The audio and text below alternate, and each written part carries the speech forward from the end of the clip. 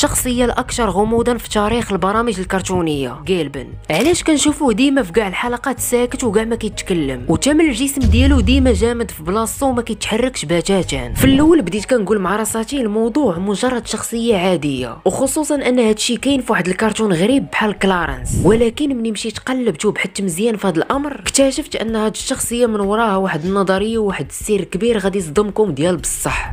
اولا قبل ما نبداو، عارف راسي مؤخرا وليت كنغبر عليكم بزاف باش نحط لكم شي فيديو جديد، حاولوا انكم تعذروني حيت الصراحه هادشي ماشي لخاطري، ولكن كونوا متاكدين من هنا لقدام انا غادي نحاول ندير كل ما في جهدي باش نبقى نحط لكم فيديوهات كل يومين اولا كل 3 ايام على الاقل. المهم ما غاديش نزيد نطول عليكم اكثر من هادشي، ويلا ندخلوا نيشان في الموضوع.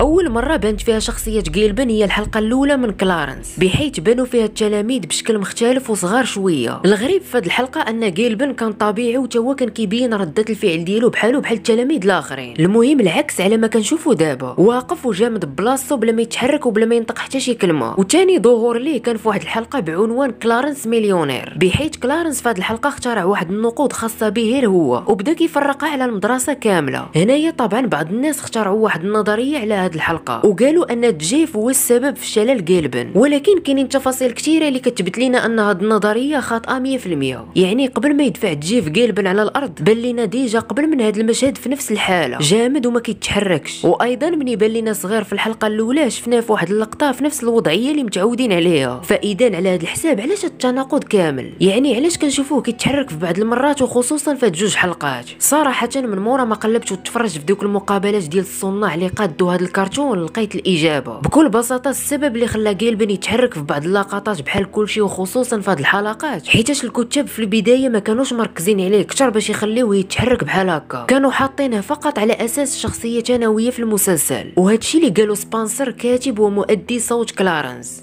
Gilbin does move. In the Clarence Dollars episode, Gilbin eats stickers or something. That was before we knew what Gilbin's character was, so that wasn't really intentional. That was just because Gilbin was like a random kid in class. اذا يعني كاع دوك اللقطات اللي بان فيها جيلبن كيتحرك في الحلقه الاولى وفي حلقه النقود كاع ما كانوا مخططين اصلا باش يكتبوا لهاد الشخصيه مزيان ويعطيوها قيمه، ولكن مع كاع هاد الحلقات اللي كاينه في كرتون كلارنس بداو كيهتموا اكثر بهاد الشخصيه حتى خلاوها تكون مختلفه على كل شيء. وهنا فين بالتحديد غادي نكتشفوا شي تفاصيل اللي كتبين لنا الحقيقه ديال جيلبن والسر اللي مخبي على كل شيء. في بدايه الحلقه 42 من الموسم الاول بانوا لنا التلاميذ كيتسناو الجرس ديال المدرسه باش يدق، ومع دق الجرس التلاميذ كلهم خرجوا من القسم الا جيلبن هو الوحيد اللي بقى جالس فيهم بلا ما يتحرك. وفي الحلقه نيت اللي من موراها قبل ما يدق الجرس عاوتاني جيلبن كان كيبان لينا جالس حتى هو معاهم، ولكن مع صونا الجرس جيلبن اختفى فرمشة عين من بلاصتو. وهاد لاحظوا حتى الاستاذه تصدمات وتعجبات من هذا الامر. المفروض ان جيلبن يبقى بلاصتو بحال المرات اللي قبل، ولكن الامر ما سالاش فقط هنا. في واحد الحلقه بعنوان الحجز كلارنس جاب صومو معاه لغرفه الحجز، حيت اللي بقيتو عاقلين في هذه الحلقه كنلقى فيها شي العاب، وبيرسي كذلك جاب معاه شي زملاء ومعاهم حتى جيلبن، ولكن مع تحول المشهد لهاد اللقطه جيلبن اختفى بحال اصلا كاع ما كان معاهم. وعاوتاني في هاد الحلقه اللي غادي نشوفوها دابا جيلبن دار وحده من اكثر اللقطات غموضا في تاريخ البرامج الكرتونيه. المهم في نهايه هاد الحلقه كلارنس كان كيدوي عادي مع صحابه، ولا عرفتوا شنو نخليكم نتوما تشوفوا اللقطه بنفسكم. لا تبكوا على ابوك يا رفاق، انه في مكان افضل الان، وانا ايضا لأنني تعلمت درسي يومي. هل أن تكون مؤمنا بنفسك ولا تقلد الآخر؟ اوكي عرفتكم نتوما غادي تكونوا لاحظتوا نفس الموضوع. جيلبن بان لينا 2 ديال المرات على التوالي في لقطه وحده. ممكن زعما في نظركم يكون هذا خطا حيت راكم عارفين الخلفيه كتبقى تعاود في الكرتون وهادشي ما غريبش علينا، ولكن على حسب ما قال سبنسر هذا كاع ما كان خطا. It started with Honk where we had the Flintstones-y joke of Gilbin just staring multiple times in the background. دابا عرفنا ان هاد الشخصيه كتميز بالاختفاء فجأة وكتبان في بلاصه اخرى، ولكن هادشي لا يقارن نهائيا بداكشي اللي كيقدر يفعلو جيلبن. في حلقه حفله البيتزا شفنا جيف وجيلبن دايرين بجوج بيهم عيد ميلاد، ولكن من بعدها دابزو بيناتهم وهادشي اللي وقع.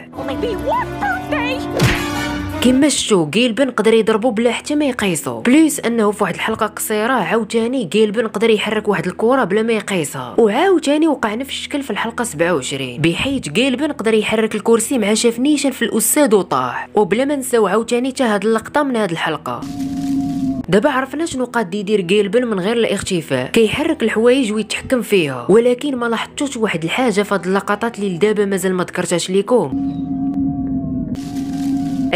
داك الصوت الغريب. في الواقع غادي نتكلم حتى على هذا الصوت، ولكن حتى لاخر جزء من هذه الحلقه. المهم عقلوا عليه مزيان حيت عنده علاقه كبيره بالنظريه اللي غادي نتكلموا عليها. دابا فهمنا ان جيلبن كيختفي وعنده قوه غريبه ومختلف نهائيا على الاخرين. ففي هذه الحاله شنو هو التفسير المنطقي لهذا الشيء كامل؟ صراحه اكثر حاجه منطقيه بالنسبه لي هو ان جيلبن ماشي بشري بحال كاع داك الشخصيات اللي كاينين في الكرتون، واللي كنقصد به هو ان جيلبن كائن فضائي. انا عارف الفكره ديال ان جيلبن كائن فضائي شويه غير منطقيه، ولكن هي ركزوا معايا مزيان حتى الاخر وانتم احكموا. الدليل الاول اللي كيثبت لنا هذه النظريه هي واحد الحلقه بعنوان مدرسه يوم السبت. مني جيف كان كينظف الطاولات ديال التلاميذ اللي في القسم، لقى كل وحده فيهم فيها شي امور كتعلق بيهم، ولكن مع وصل الطاوله ديال جيلبن لقى احجار بنفسجيه كتلمع. منين زعما يقدر يكون مثلا جابها؟ بلا شك هاد الاحجار كتنتمي لشي كوكب معين كان كيعيش فيه جيلبن قبل ما يجي للعالم ديال كلارنس. هادشي فقط مجرد البدايه، يصبروا عليا. في الحلقه الاولى من الموسم الثالث اللي كتكلم على انتقال بعض التلاميذ من مدرسه ابردين لمدرسه واحده اخرى، في الملف التعريفي الخاص بكل طالب تقريبا كاملين كتبوا التعريف على راسهم بخط انجليزي، ولكن الصدمه والمفاجاه الكبيره جيلبن هو الوحيد اللي كان كاتب التعريف بلغه غير مفهومه اللي فيها شي رموز غريبه ومختلفه.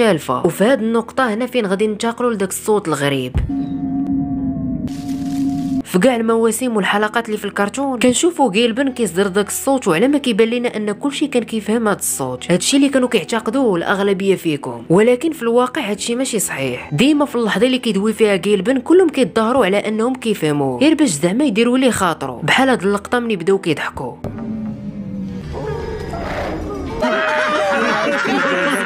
يعني كيفاش يكون هادشي اللي قالوا جيلبن كيضحك لهاد الدرجه؟ واضح انهم كيسلكوا معاه صافي. وواحد القضيه عقلتوا على داك الرموز اللي كتبها في الملف الخاص به ديال التعريف، بالتحديد هذه هي اللي كيتكلم بها جيلبن، او بالاصح داك الصوت هي اللغه اللي خاصه بالعالم ديالو. وفي العاده ملي كتبان لنا شي لقطه عندها علاقه بالفضاء جيلبن كيتصرف بغرابه. في حلقه دالانس كانت هذه اول حلقه فيها هذا الموضوع ديال الفضائيين. أفحص دمك لأتأكد أنك لست مخلوقا فضائيا. وهاد اللقطة بالذات وحدة من أهم اللقطات، حيتاش جيلبن كان موجود فيها. من بعد داك البنت قالت لي عطيني نفحص الدم ديالك. وهذه بالذات إشارة على أن جيلبن كائن فضائي، وتقريبا هذه كانت هي نظرية جيلبن. وما حدك وصلتي معايا حتى لهاد النقطة من الفيديو، بغيتك ضروري تكتب لي الرأي ديالك حول هاد النظرية، واش فعلا بانت لك منطقية ولا لا؟ على العموم الإخوان والأخوات، كان معكم أيوب، وإن شاء الله نتلاقاو في الفيديو الجاي. تهلاو.